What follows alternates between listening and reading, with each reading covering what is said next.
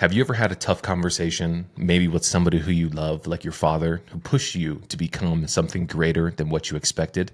Well, that's exactly what happened in today's conversation. Today, we sit down with the CEO of Lutheran Community Services Northwest. David joins the show as we talk about what it's like to be the CEO of a multi-state organization that's having a huge impact in the community, what innovation means, and also how we reinforce ourselves to be the leader that organizations need in times of growth. Today's an awesome conversation. Let's get into it. Staying cool and calm is just one of the things I think my parents gave me. And so I don't know if I can take any credit for that. I used to work my first job out of college was working in a boys' home, and there could be a riot going on, and I'd come in and it would just be calm. You know, I don't know what it was. And I'm overly, like a lot of CEOs, I'm overly optimistic about how quickly things are going to happen. And so I've learned my 23 years as a nonprofit CEO have taught me that they're never as quick as you think they're going to be. This thing that I can see coming together over the next month or two has been a 3-year slog. I mean, just slog with really good, super amazing, good people, but was hard. And so I having that long-term vision is super important. And then finding people that can help implement is just, if not more important.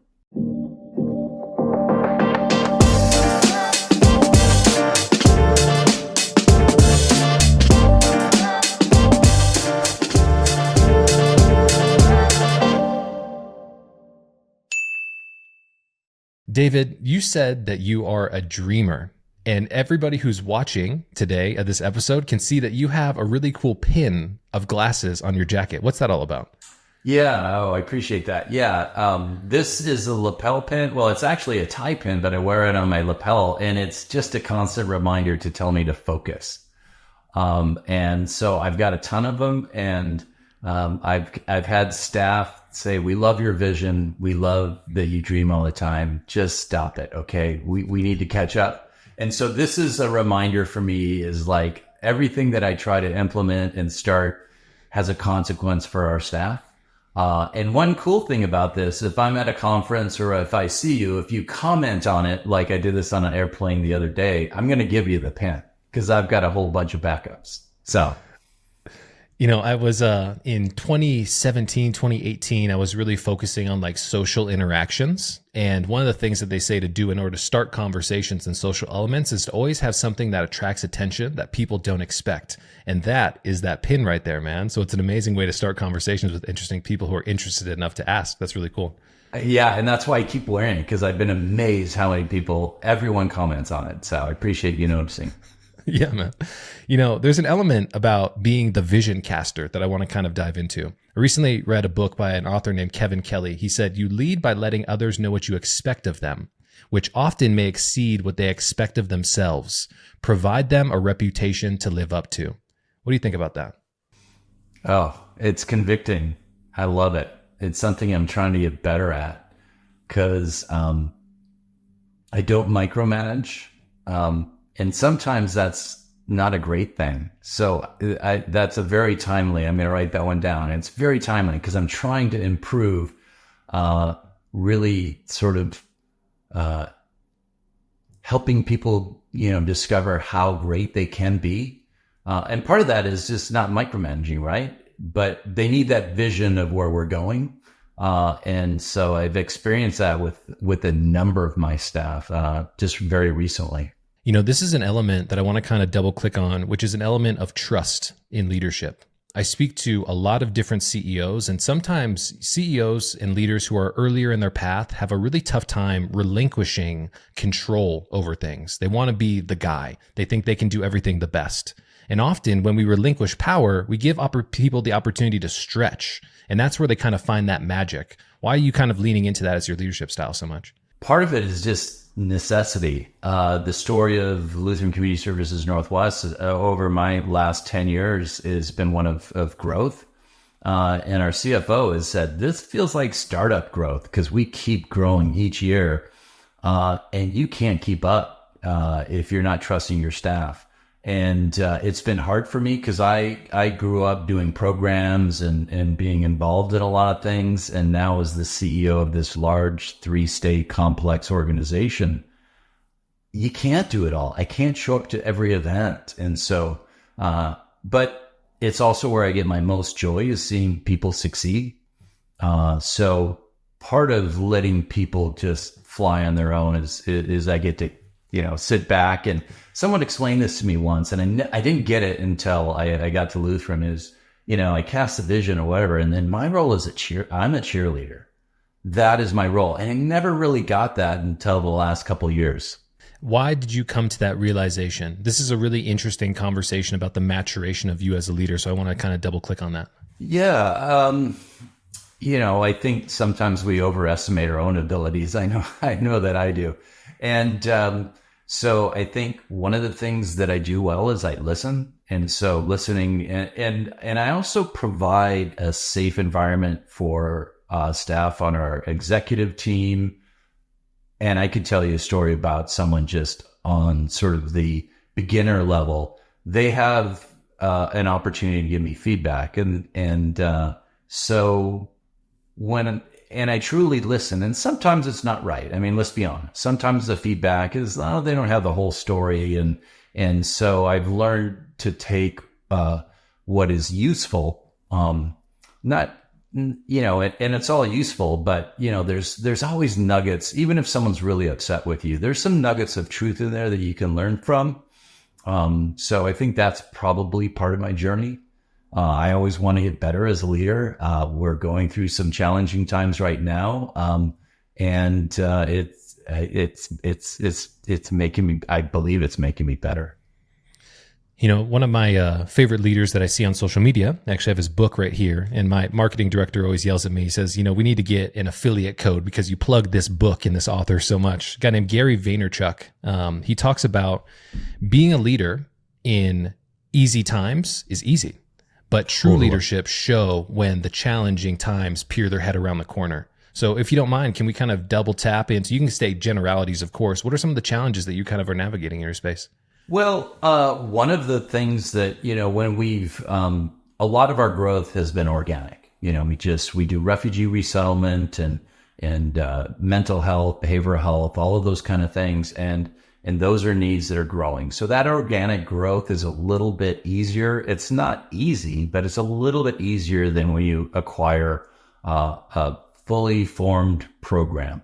And we've got a beautiful affiliate, that right now that we're, you've got those growing pains and you've got your change management and to truly achieve impact, which is what we're all about, is how do we impact more of our clients, whether if they're homeless or if they've got a mental health crisis or they're a refugee from a different country.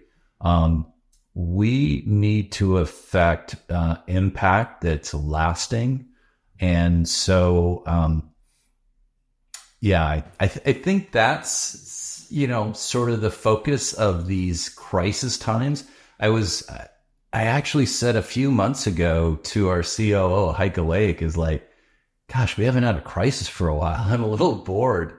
Of course, you don't manage them, but that's why you're there. And we had a special board meeting with their board of directors just to give them informational about how the affiliation is growing and the integration of our services. And it's really challenging, but I can see that we're like a month or two away from greatness. And there's so many great players we're all one. And I'm trying to be general, but I think good leaders can see through the storm. They can see it.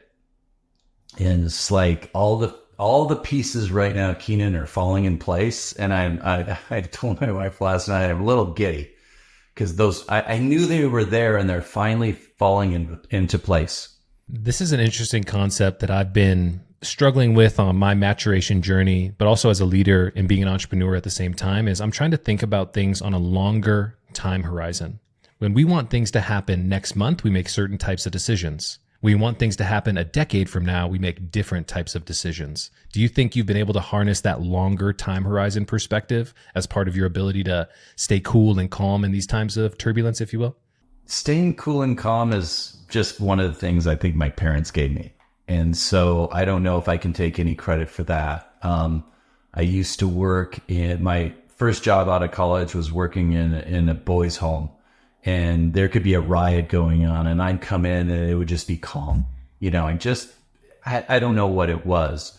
And I'm overly, like a lot of CEOs, I'm overly optimistic about how quickly things are going to happen. And so I've learned my 23 years as a nonprofit CEO have taught me that they're never as quick as you think they're going to be. This thing that I can see coming together over the next month or two has been a 3-year slog. I mean, just slog with really good, I mean, super amazing, good people. But was hard. And so I having that long-term vision is super important. And then finding people that can help implement is just, if not more important. 23 years as a nonprofit CEO.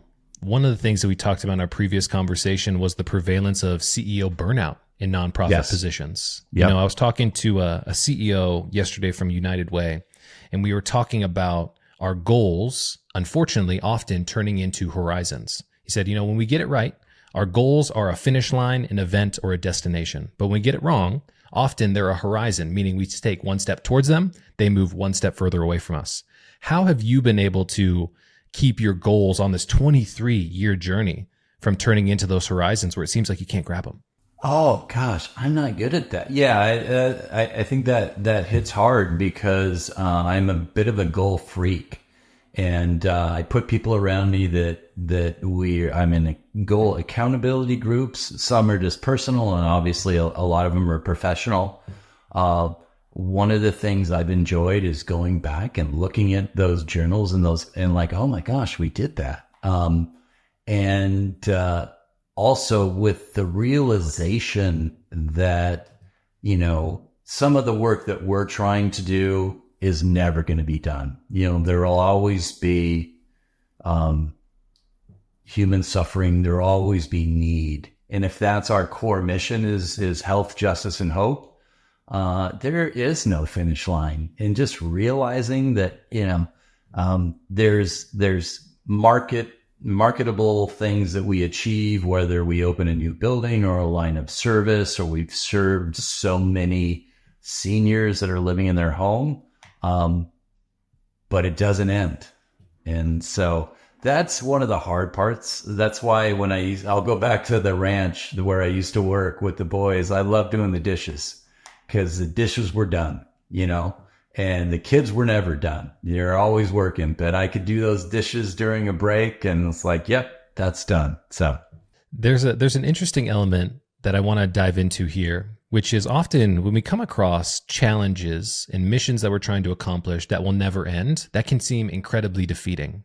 But if we think about them as freeing, because we're never going to be able to really accomplish this goals, it gives us the opportunity to experiment, to be curious, to think about how we can get this job done differently. How do you think about the role of curiosity in kind of your role and your character traits as a leader? Yeah, I appreciate that question. And curiosity is so important in any role. I think there's a bit of a tide shift in the social service, human services sector where it's innovation is more accepted. Curiosity is more accepted. For example, the way we used to do therapy would be, all right, you know, Keenan, we got you for 3 sessions. We're going to build trust, right? And then we'll finally move on. Well, the evidence and some innovators have shown, no, you move on to the stuff really quickly. And there's these new evidence-based practices, and there's too many to mention. But I'm proud of our sector for embracing innovation.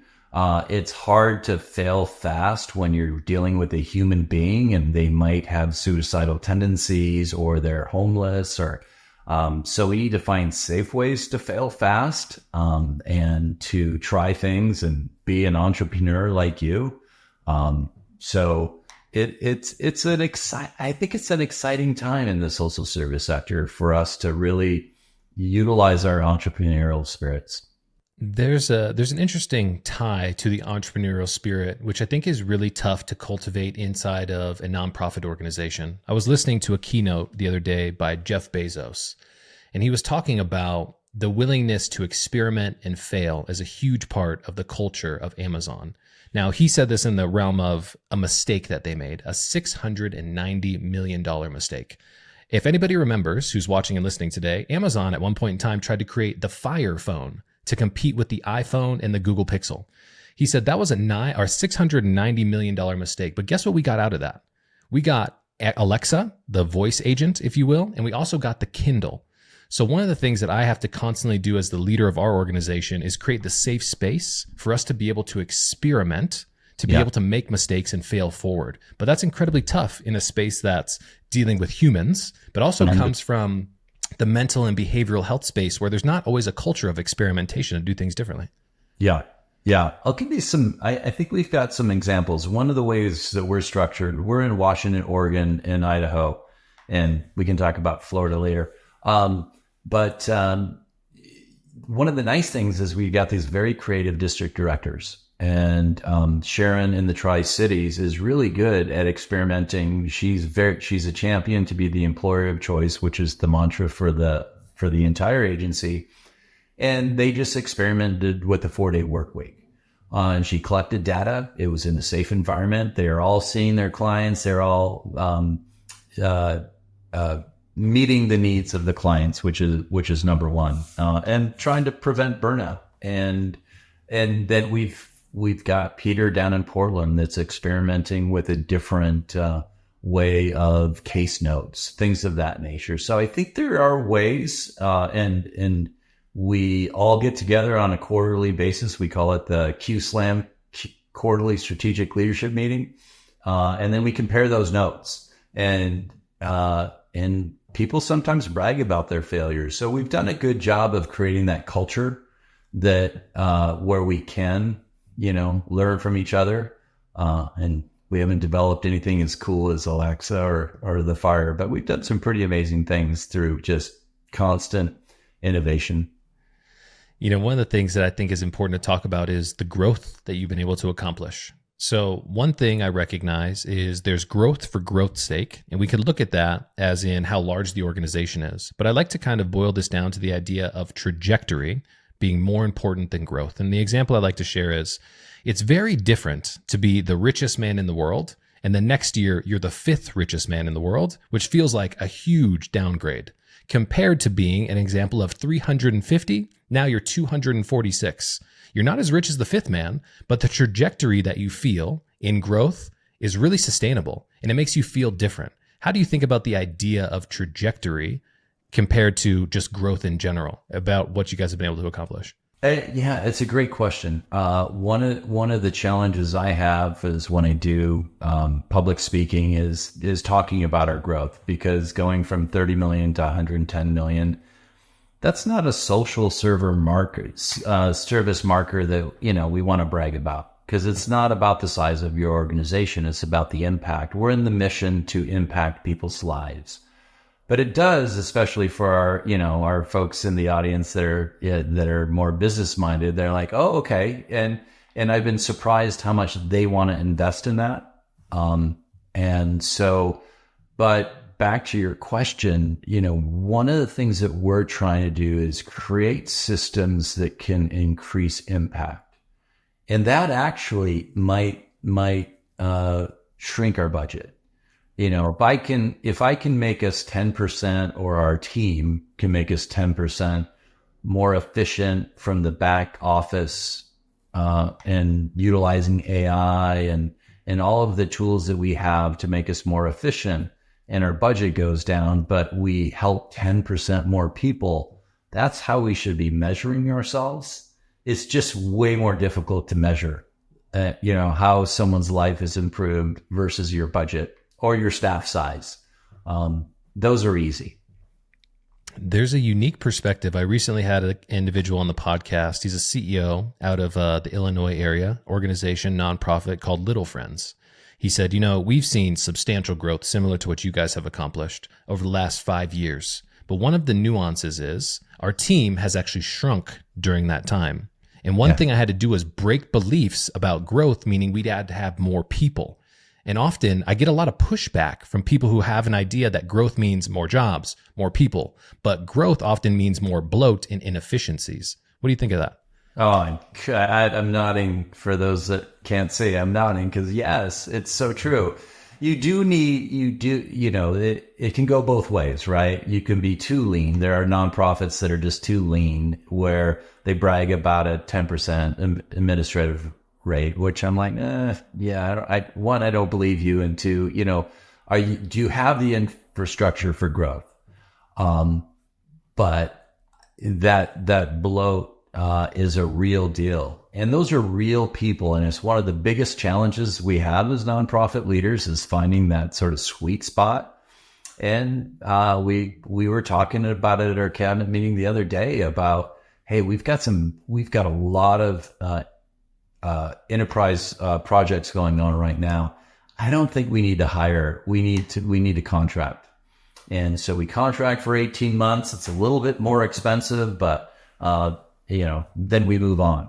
And so, and part of those contracts we're evaluating is, does it allow us to shrink our administrative rate? So we can put more of our resources into impact. And one of our big initiatives is salaries. It used to be people came and worked for nonprofits and you just did it out of the goodness of your heart. If you paid me, that would be great. I'd love it. But that's no longer the case. And it's all, and we're growing up as a sector is like, hey, we need to pay people at market rate and a fair living wage. That's a huge value for us. And so we've done a lot of things to get to where we want to be. We're not quite there yet, but we're much closer than we were 5 years ago. I'm really interested in the people problem. Often people think about the business challenges that they have as we have a marketing problem, we have an innovation problem, we have an XYZ problem. Instead of thinking about those things through the lens of we just don't have a person who can market. We don't have a person who can help us innovate. We don't have a person who can XYZ. But the thing I recognize is when we can attract top talent, right, and we can pay them well, we might pay 15% over market, but the results that those people create are 5 times more than a B player.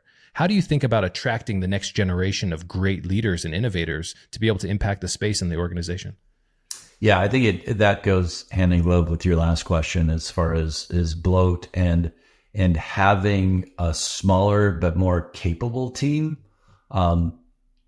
It's a little bit of a challenge because one of the things about social sector is we can attract people that are very mission minded. And so they're going to give you their heart and soul. They might not have the experience. And sometimes our business model is to give them the experience. And that is something that we've embraced. And we know that they're going to work for us for 5 years and then they might move on, hopefully with us to a different job. But when you're talking about marketing and those back office jobs, we have a huge competitive advantage over business, and that's our mission. And if we can match it where we've had people like give up 10 to 15% of their salary to come work for us, but they're not going to give up 20 or 50%. So I think, I agree with you. If we could get, in some positions, 10, 15, 20% over market. And by the way, they can do the work of 2 to 3 people. This is an interesting conversation about kind of the next generation. So I had the pleasure of interviewing some of the nation's largest organization leaders from people and culture, right? And one of the trends that I heard was Gen Z specifically is more interested in the mission and the impact of the organization, even over dollars. And this is surprising. And so when it comes to being able to lead with mission, which I'm also going to kind of lump into the idea of brand here, How do you kind of think about that being your guys' superpower? You just kind of touched on it a little bit, but how are you guys leveraging it strategically? Yeah, we've done a much better job in our recruitment materials and our interview process to start telling stories. With the Afghan crisis and the Ukraine crisis, we do refugee resettlement. And people come to us because they want to be a part of that. I had people from Starbucks and Microsoft and Amazon. We're in the Northwest, so we've got all those brands and all those companies where I want to do something that has a meaningful difference. I still need to make a decent salary, but I don't need to make as much as I was. So that we're doing a much better job of our story. One of our challenges too, and this goes back to I'm Lutheran Norwegian, is we don't brag. We are taught to be humble, and we're a little bit like this. We're like, no, stop, give, but we do. We are getting to, and I've got some mentors around the country that are doing a much better job of branding themselves, but also their organizations. Yeah, you hit on a spot. We need to improve. We are improving on it, but yeah, we don't tout ourselves as much as we should. It's an interesting vector to have to think about, right? Because it's a vulnerability, especially when we're trying to collect and attract the next generation. Brand is something and mission is something that these people really care about. And when the first thing people are doing when they're going to look for a job is what relevance do they have in our marketplace, in our community, and how are they showing that? And so even the idea of media and you not being, somebody who likes to get out and tell your story or be, the braggadocious leader that so many people are, which is a skill set. But I also think that there's an opportunity for great leaders to be able to show what their organization is about by showing up and telling the story as well. Completely. Yeah.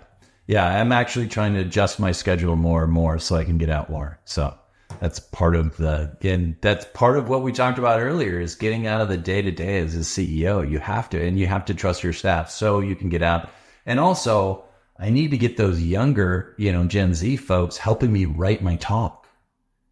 What do you guys want to hear? And what don't you want to hear? It's really important.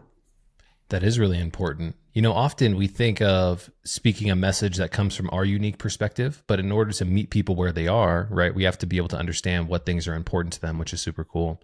I want to talk a little bit about your maturation journey over these 23 years and to kind of get us into this realm. Let's take us back to, 22, 23 years ago.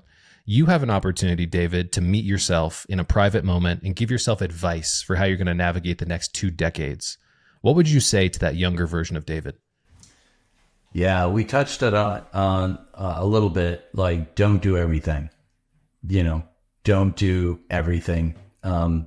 Really focus your efforts on talent acquisition, coaching. Do spend more time casting your vision in a very clear way. I know exactly what it is. Sometimes I have trouble getting it out. And then again, going back to the glasses, focus, I think I would focus more, take more risks. Some of the best, one of the things I like to do is fundraise, because I believe in our mission so much. And some of the best success that I've had is just being brave and asking for ridiculous gifts from people and just being surprised. Yeah, we'd love to invest in you. And the other one that's touching home right now is keep modeling work-life balance. And I don't know if that's the right phrase. Maybe you have a better one, but just taking care of your own mental health, your physical health, so you can be the best leader. We can fall into the trap of working 60, 80 hours a week and not really taking care of ourselves. What about the idea of work-life integration? Oh, so better. Yeah. Yeah, over the years, we've seen a dramatic shift, and the buzzwords of work-life balance has been very popular. But that balance, when you're in different seasons, is very tough. How have you kind of recognized the seasons have changed as a CEO? I'm sure you've spent the 100-hour weeks, this 80-hour weeks, and now you're focusing on being in a different phase. How's that been for you? Yeah, you're at a time where I had a sabbatical. We have a sabbatical policy every 7 years. Anyone that works our organization can take a month sabbatical. It doesn't count against your vacation or anything like that. I had it scheduled, and because of some things I couldn't delegate, I had to postpone it. I love the term integration. When I started this job, I was struggling with work-life balance, and one of my mentors said, "David, this isn't a career. This is a calling." And so the integration word is perfect because, when I'm speaking at a church or it's a lot of times it doesn't feel like work. So I think the integration piece, I'm going to take that. I appreciate that. That's a gift. So thank you for that. The other thing I'm acutely aware of is I need to balance this stuff for the staff and for the executive team and for the leadership. I need, if I'm not doing it, they're going to be, our chief advancement officer, Jamie. We have so many events around the Northwest. And she said, if you go to all of them, then I have to go to all of them. And so I need you to balance. And so we had a great meeting. Just, okay, what are the top ones I need to be at? And I can't be at, again, if I'm at all of them, that sort of sucks the air out, right? And I'm not giving other people opportunities to shine. And a lot of times people don't want to hear from me. So I just need to realize that. I would say that you are deserving of being heard. So I'll push back on you a little bit there. There's one interesting topic that I've been waiting to bring up in a conversation with a guest. And this is kind of aimed at being a little bit more reflective with perspective. So as a CEO, right, we have so much responsibility and so much vision that we're casting and ideas that are constantly brewing in our head. How do you separate the identity of David compared to the work that you do as a CEO? Because I know a lot of younger leaders often get wrapped up in, this is who I am. But there's obviously a healthy separation between who you are and the business role that you perform. How do you do that? It's interesting because when I'm with my kids or my family or we're on vacation or there's a silliness that comes out, there's a kid that comes out more. And sometimes I wonder, do I need to do that more at work? I try to be my authentic self at work, and I don't think staff would say I have trouble being vulnerable. So yeah, that's a great question. I wish I have a great answer for it. I'm going to think about that one a lot. Yeah, I know. Yeah, that's a good question. I want to ask my team, what do they think? But they don't see me on vacation mode. They don't see me, out in the woods and stuff. Sometimes they see me. We have some charity golf events or something like that. They'll see me. But anyway, good question.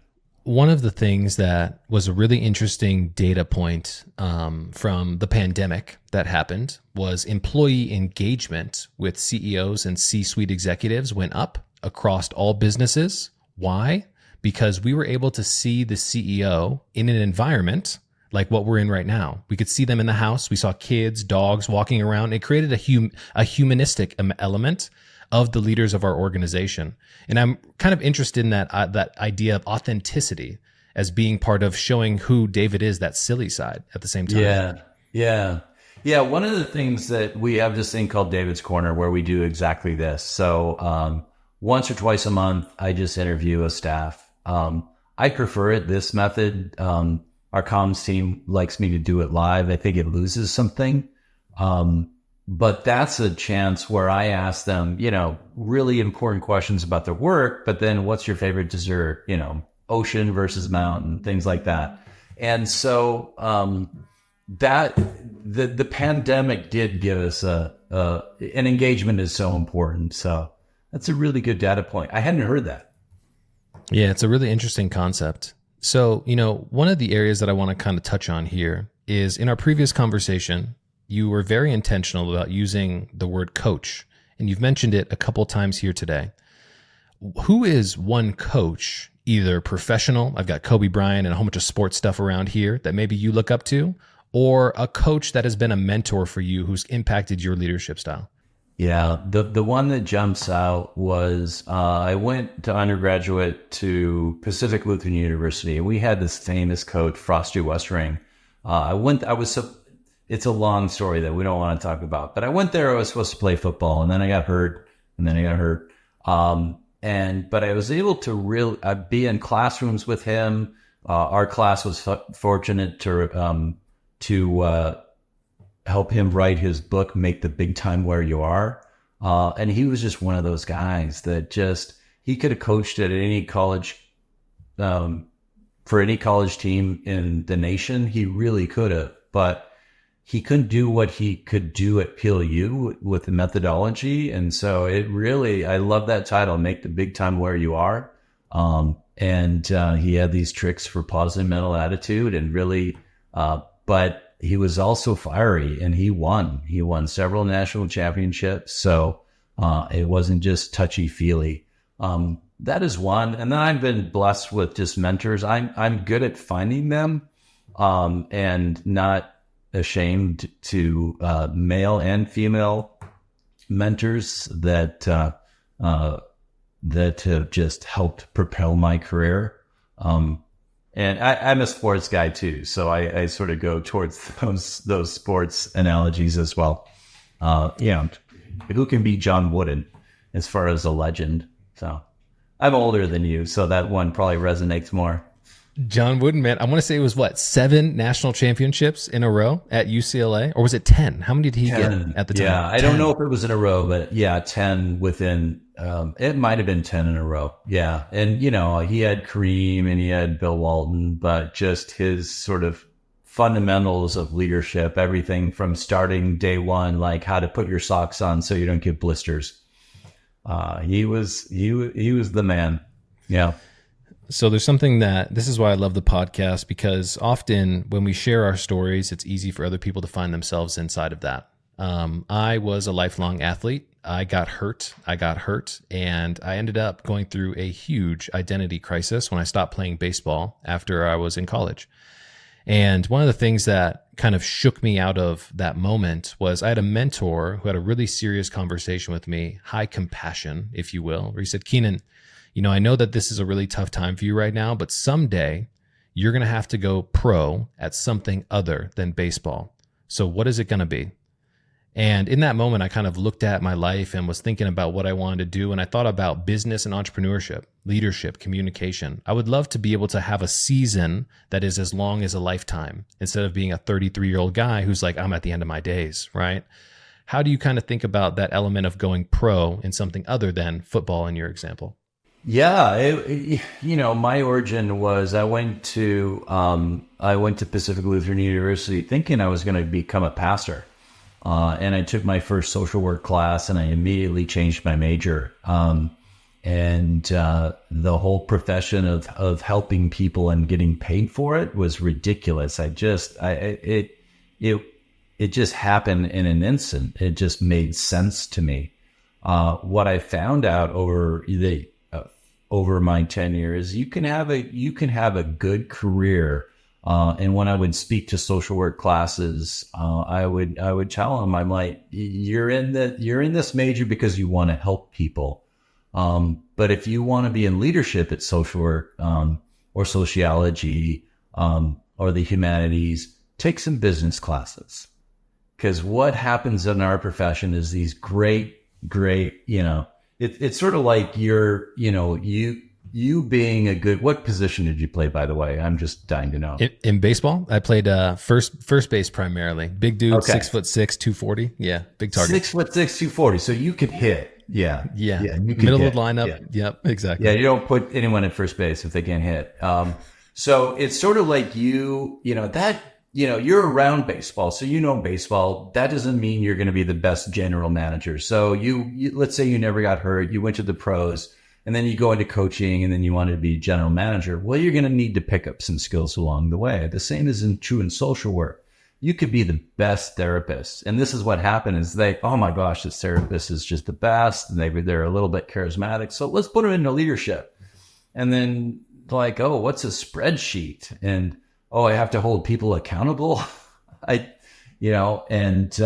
marketing and all that kind of stuff. So, that was my journey. And so that's what I went pro in. And I had this moment, if we have a second to tell you how that happened is, I was, again, all my stories originate from the boys ranch. And then, I was in the car with my dad we were going from Milwaukee to Chicago. And, he said, yeah, you're doing well in your career, blah, blah, blah. And what do you want to do? And I said, well, I want to lead an agency. And he goes, are you going to go for a master's? And I said, yeah, I'm already looking at it. I'm going to get my master's in social work. And he sort of paused, and then he said, have you thought of a master's in business? And it was like switching my major. It was like, duh, of course, that's what I need. If I need a business sense. And at the time when I got my first CEO job, it was a huge advantage that I had an MBA, huge advantage, and an MSW. So, sort of tick that box. It's really interesting how we have some of those aha moments that put us on the right path, right? Well, it's a conversation with dad in the car, whoever kind of puts us on that path. That's really amazing. Yeah. I'll never forget. There's some elements about leadership that I think are really interesting. And exactly like you talked about, I have so many conversations with different leaders, and we talk about this weird ascension process of somebody being an amazing social worker, charismatic. Let's put them into a leadership position. I have a current story right now. One of my friends became a CPA and became a junior partner of his firm, accounting firm. And we were having a conversation this last week, and I was talking about the skill set of leadership. And he said, Keenan, I've been promoted 10 times because I've been really good at executing on my job. Now they're asking me to manage 11 other people. And I don't know what I'm going to do from a skill set perspective because I've never had to be a coach. I've never had to invest into other people. And I'm kind of freaking out. Why do you think it's so culturally normative for people who are good at a task to ascend in an organization, but often leaders don't spend the time investing into their leadership skills so they can get the best out of their teammates? It's a different skill set, back to, you becoming a better first baseman, a better hitter. You're not thinking about those other things. Maybe you're thinking about being a better teammate. How do I make my teammates better? One of the best defensive first baseman was John Olerud. There's stats that show that how he, I don't remember what they were, but he was one of the best defensive first basemen ever, and because he could, scoop the ball like no one else, and so there are less errors, things like that.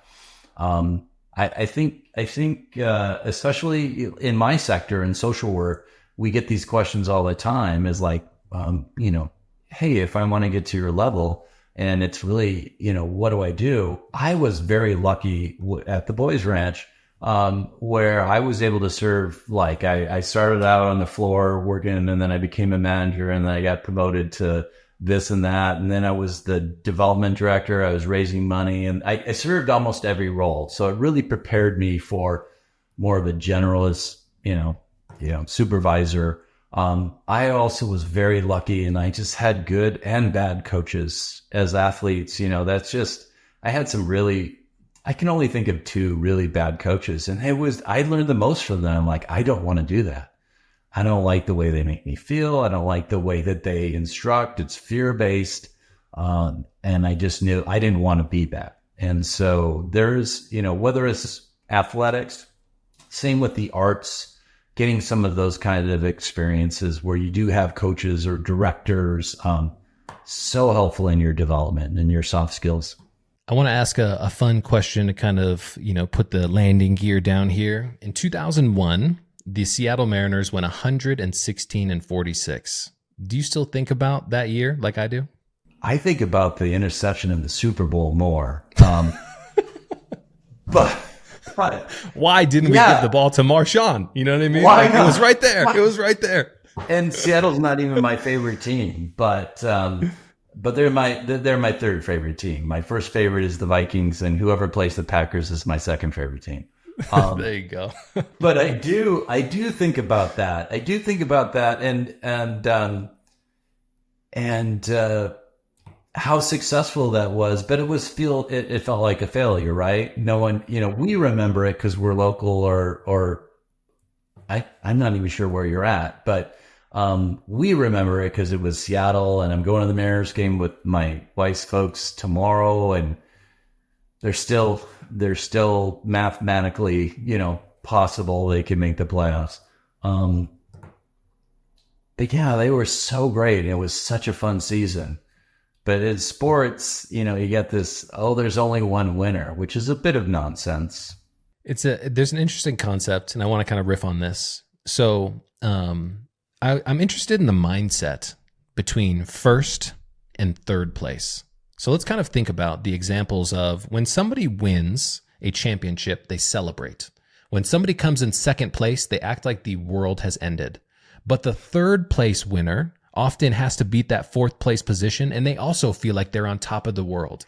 I'm really interested in that mindset that comes along with ending on a loss and feeling like everything's a failure, even though you finish ahead of other people in the rankings. Do you ever think about that? I do. I think about it a lot, and I've read articles about how the bronze winner is the most happy. Yeah. I mean, because they got a medal. Silver is like the worst because you're so close. I mean, you're so close. There's, I think it was Jerry Seinfeld did, like, the difference between a gold medal and a silver medal is this. It's just, I mean, it's just like so close. And so you felt like you lost. Yeah, I feel like that's changing a little bit, this whole winner take all mentality. I think it's healthy. Watching the Olympics this year, I felt like there was more celebration of just that you got there, and celebrated that you got a medal. It didn't seem as focused on gold, silver, and bronze as, I don't know if that's true or not, but at least maybe as I'm aging and thinking a little bit differently, I appreciated it just a lot more. That hey, these people, these men and women are just in the event, right? In the arena. I agree.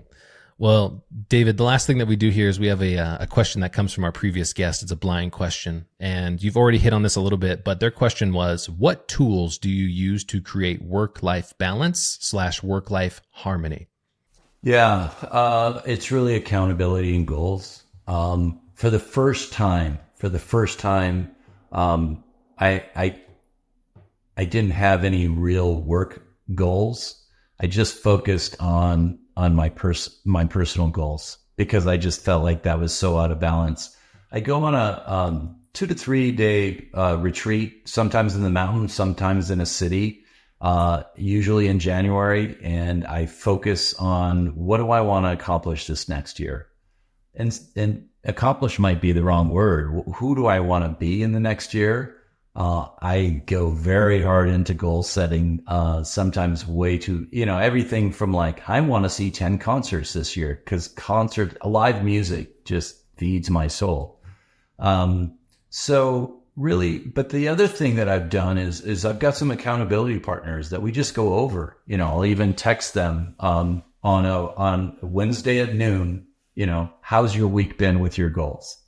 And so finding those accountability is a harsh word, but it's helpful. It's just, okay, they're going to ask me because they care about me, did I see a concert this last month?